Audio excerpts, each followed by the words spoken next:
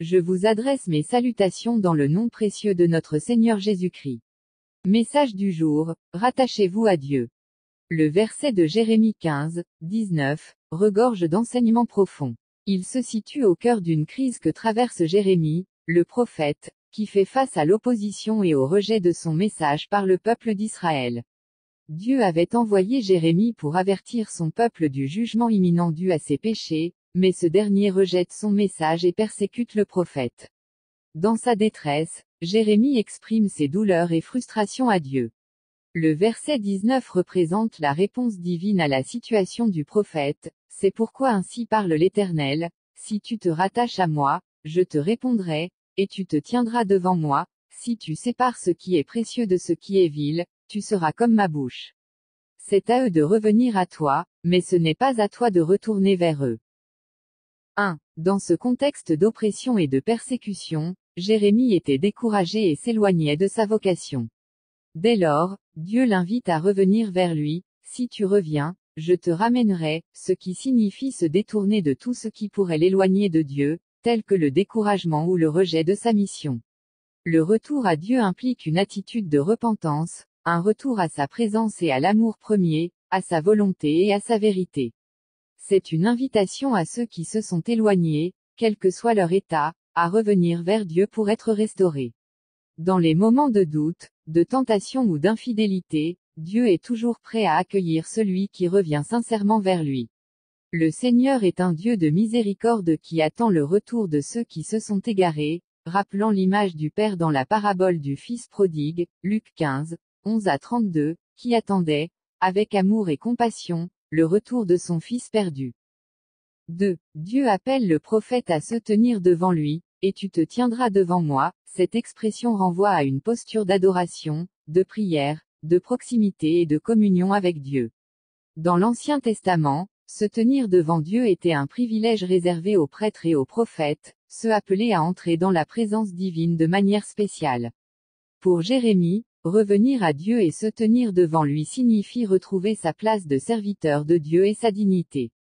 Pour nous, cette idée de se tenir devant Dieu nous rappelle que la clé de notre relèvement réside dans la prière et la communion avec Dieu.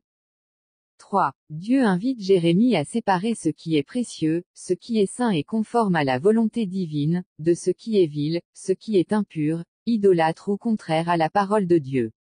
En d'autres termes, il doit éviter toute compromission avec la fausseté et les pratiques corruptrices du peuple. Si tu sépares ce qui est précieux de ce qui est vil, tu seras comme ma bouche. Cette phrase souligne l'importance du discernement spirituel. Le discernement est un aspect fondamental de la vie chrétienne. Nous devons, dans nos vies, séparer ce qui est pur de ce qui ne l'est pas, discerner ce qui nous rapproche de Dieu de ce qui nous en éloigne. Cette séparation exige une discipline spirituelle, rejeter les compromis et rester fidèle à la vérité de Dieu. L'idée de devenir, comme ma bouche, signifie qu'en accomplissant cette séparation spirituelle, nous devenons des porte-paroles fidèles de Dieu. Nous devenons des instruments à travers lesquels Dieu s'exprime, sans mélange ni altération, des témoins de la vérité divine, proclamant sa parole avec clarté. 4. Dieu appelle Jérémie à tenir fermement dans la vérité, qu'ils reviennent à toi, mais toi, ne reviens pas à eux. Malgré l'opposition, nous devons persévérer fidèlement dans notre ministère. Dieu avertit le prophète qu'il ne doit pas céder à la tentation de revenir aux pensées et aux actions du peuple, même si ce dernier se détourne de Dieu. Jérémie doit rester ferme dans son engagement envers Dieu, sans se laisser influencer par ceux qui rejettent la vérité. Il en va de même pour nous, même dans un contexte d'opposition et de rejet. Bien que ceux qui refusent la vérité puissent revenir vers nous, nous devons rester ancrés dans la parole de Dieu et ne pas compromettre notre intégrité morale et spirituelle. Chacun de nous est appelé à persévérer dans la foi et à ne pas se laisser entraîner par les influences du monde, même lorsque celles-ci paraissent séduisantes ou largement acceptées.